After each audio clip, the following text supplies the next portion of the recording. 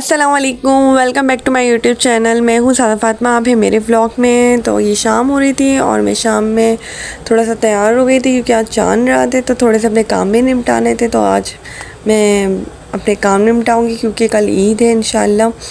तो मासूमा बाहर ही थी और काऊ हमारे दरवाज़े पे थी क्योंकि पड़ोस की काऊ थी।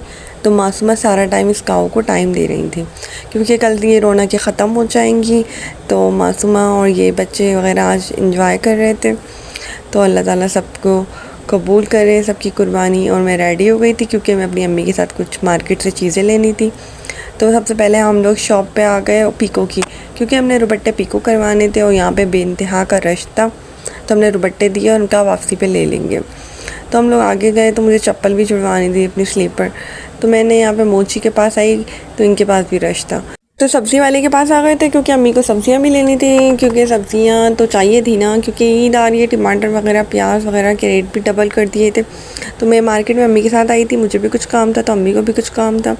तो हमारे तरफ ये मार्केट है, यहाँ पे हर चीज़ अवेलेबल है।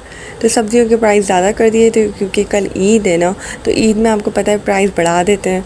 तो डबल पैसों में हमने सब्ज़ी ली और फिर हमने मसाले वगैरह जो चाहिए थे, तो मसाले वगैरह के पैकेट मैंने निकलवाए क्योंकि दावतें वगैरह भी होंगी तो चाहिए सामान वगैरह। तो हमने कुछ सामान चाहिए था तो मैंने वो सामान निकलवाया और सामान लिया। फिर मैंने कॉस्मेटिक का भी सामान चाहिए था, फिर मैं कॉस्मेटिक वाले भाई के पास आ गई। ये हमारी पुरानी शॉप है, हम इनसे कॉस्मेटिक लेते हैं, अच्छा देते हैं, डिस्काउंट भी देते हैं। मैं आपको पहले भी बता चुकी हूँ। तो मैंने इनसे जो सामान लिया था मैंने वो सामान लिया। और मैं डब साबुन यूज़ करती हूँ, ये बेस्ट रहता है। और इनकी ये मेहंदी बहुत अच्छी होती है, इसका कलर अच्छा होता है, नॉट केमिकल। तो ये अच्छी होती है, रेड कौन नहीं होती, फिर भी कलर वगैरह अच्छा आता है।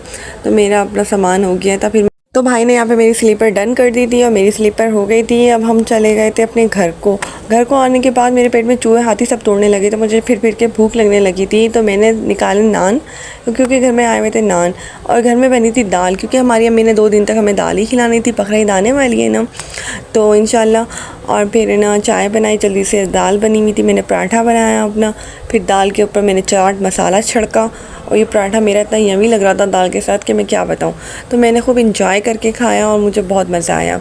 और चने की बिरयानी भी थी जो मेरा भाई लेकर आया था, और ये नान भी थे। तो मैंने चाय भी बना ली थी और हमने मज़े से अपना शाम का खाना खाया।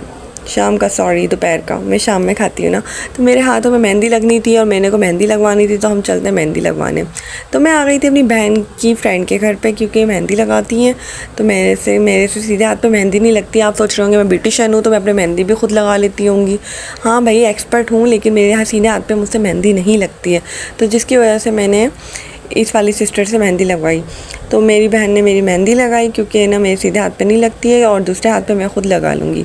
तो ये बहुत अच्छी मेहंदी लगाती हैं, तो मैंने इनसे मेहंदी लगवाई और ये मुझे अच्छी लग रही थी। मैंने डिज़ाइन अपना निकलवा लिया था जो मुझे पसंद आ रहा था। फिर इन्होंने ये कॉपी को पेस्ट करना था, तो ये मेरे मेहंदी कर रही थी और यहाँ पे लाइट चली गई थी।